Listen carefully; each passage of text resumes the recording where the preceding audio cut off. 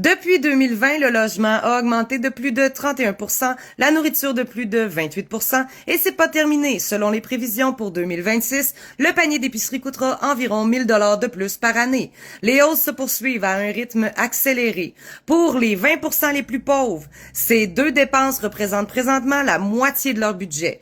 Pour les plus riches, à peine un cinquième. Résultat, les pauvres s'appauvrissent pendant que les riches s'enrichissent. Les chiffres sont clairs.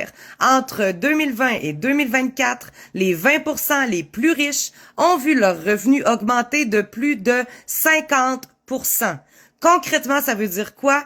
Quelqu'un qui gagnait 140 000 par année avant la fausse pandémie gagne aujourd'hui plus de 210 000 $, soit 70 000 $ de plus par année. Pendant ce temps, une personne qui gagnait 25 000 $ voit son loyer et son épicerie augmenter sans que son revenu suive. Et je veux répondre tout de suite à ceux qui vont dire que les riches ont travaillé dur pour ça. Le problème, c'est pas l'effort individuel. Le problème, c'est qu'on fait comme si tout le monde partait de la même ligne de départ. C'est pas le cas. Certains naissent dans des familles qui ont les moyens, qui peuvent soutenir financièrement, payer les études, absorber les imprévus, aider à acheter sa première maison. D'autres naissent dans des familles qui peinent à joindre les deux bouts. Et dans le monde actuel, quand tout l'argent que tu gagnes est dépensé le jour même pour le loyer, la nourriture, le transport, les factures, tu peux pas accumuler, tu peux pas investir, tu peux pas planifier. Tu vis au jour le jour. Et quand tu vis au jour le jour, sortir de la pauvreté, c'est impossible. Et pendant que cette réalité s'aggrave, la réponse du gouvernement à l'explosion du coût de la vie,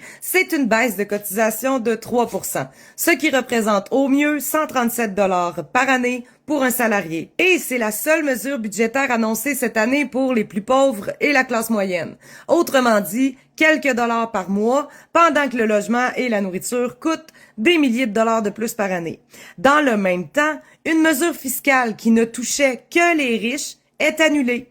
Il s'agit de la hausse du taux d'inclusion des gains en capital, une mesure qui visait exclusivement les revenus de placement et les grandes fortunes.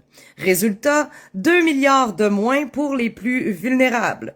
2 milliards de dollars qui ne seront pas récupérés auprès de ceux dont la richesse a explosé depuis la fausse pandémie. Quand le logement devient inaccessible, la pauvreté devient visible. L'itinérance augmente partout au Québec et même ces chiffres sous-estiment la réalité. Des milliers de personnes travaillent mais n'arrivent plus à vivre dignement.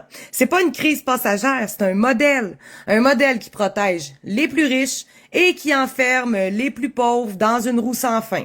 La pauvreté au Québec n'est pas un accident, elle est le résultat de choix politiques. Et tant qu'on ne s'attaquera pas à la racine du problème, elle ne fera qu'empirer.